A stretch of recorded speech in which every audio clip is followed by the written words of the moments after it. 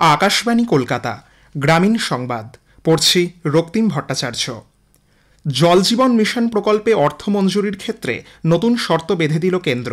রাজ্যের জনস্বাস্থ্য ও কারিগরি দপ্তর সূত্রে জানা গিয়েছে, কেন্দ্রীয় জলশক্তি মন্ত্রক প্রকল্প ভিত্তিক অর্থ দেওয়ার বিষয়ে রাজ্যকে সম্মতি জানালেও তার আগে একাধিক শর্ত মানা বাধ্যতামূলক করা হয়েছে। মন্ত্রকের নির্দেশ অনুযায়ী জল জীবন মিশনের আওতায় প্রতিটি প্রকল্পের জন্য আলাদা আইডি নম্বর তৈরি করতে হবে। ওই স্কিম আইডি ছাড়া কোনোভাবেই কেন্দ্রীয় বরাদ্দ মিলবে না। কেন্দ্রীয় সরকারের দাবি, ব্যয়ের অঙ্কে কোনো অসামঞ্জস্য থাকলে অর্থ মঞ্জুরি স্থগিত থাকবে। School service commission SSC supreme কোর্টের নির্দেশে 2016-র টেন্টেড বা অযোগ্য প্রার্থীদের পূর্ণাঙ্গ নামের তালিকা প্রকাশ করেছে। এতে 1806 জনের নাম রয়েছে। এদের নাম, রোল নম্বর সহ বিস্তারিত তালিকা ওয়েবসাইটে প্রকাশ করেছে এসএসসি। তবে ওই প্রার্থীরা 2016 সাল থেকে কোন কোন স্কুলে কোন বিভাগে পড়াচ্ছিলেন তার উল্লেখ নেই। উল্লেখ্য, এর আগে রাজ্যের পেশ করা অযোগ্য প্রার্থীর তালিকার ভিত্তিতে শীর্ষ আদালত জানিয়েছিল, টেন্টেড বা অযোগ্য প্রার্থীরা কোনোভাবেই পরবর্তী নিয়োগ পরীক্ষায় বসতে পারবেন না। রাজ্য সরকার অভাবী বিক্রি রুখতে হিমঘরে আলু সংরক্ষণের সময়সীমা বাড়িয়েছে। কৃষি বিপণন দপ্তরের তরফে আগে ঘোষণা করা হয়েছিল 30শে নভেম্বর পর্যন্ত হিমঘরে আলু রাখতে পারবেন চাষিরা। তার মেয়াদ বাড়িয়ে 31শে ডিসেম্বর করা হয়েছে। চাষিদের এর ফলে অতিরিক্ত ভাড়া গুনতে হবে না।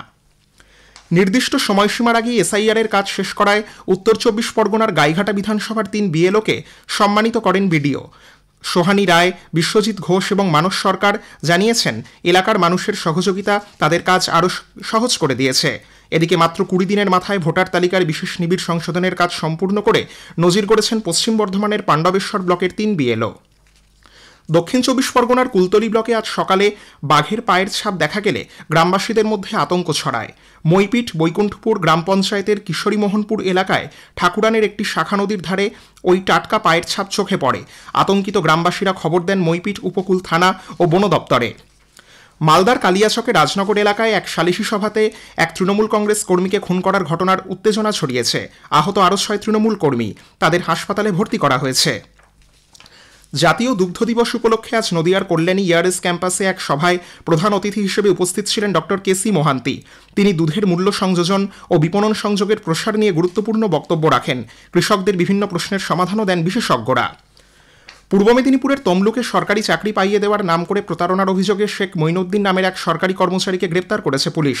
তল্লাশি চালিয়ে পুলিশ তার ঘর থেকে 15টিরও বেশি অ্যাডমিট কার্ড উদ্ধার করে। উত্তর 24 পরগনার ব্যারাকপুরের মোহনপুরের স্ত্রীকে মারধর ও খুনের অভিযোগে এক প্রাক্তন সেনাকর্মীকে গ্রেপ্তার করেছে পুলিশ। ধৃত সমীর কুমার বিশ্বাস ও স্ত্রী গীতার মধ্যে দীর্ঘদিন ধরেই ঝামেলা চলছিল বলে খবর। রাজ্যে আগামী বিধানসভা নির্বাচনের জন্য বৈদ্যুতিন ভোটযন্ত্র ইভিএম ও ভিভিপ্যাটের ফার্স্ট লেভেল চেকিং প্রক্রিয়া এফএলসি আজ শুরু হয়েছে। চলবে আগামী 15ই জানুয়ারি পর্যন্ত। 8টি জেলার মোট 10টি স্থানে এই চেকিং প্রক্রিয়া চলেছে। জেলাগুলি হল কোচবিহার, দার্জিলিং, কালিম্পং, মালদা, মুর্শিদাবাদ, পুরুলিয়া, নদিয়া ও দক্ষিণ 24 পরগনা। গ্রামীণ সংবাদ শেষ হল।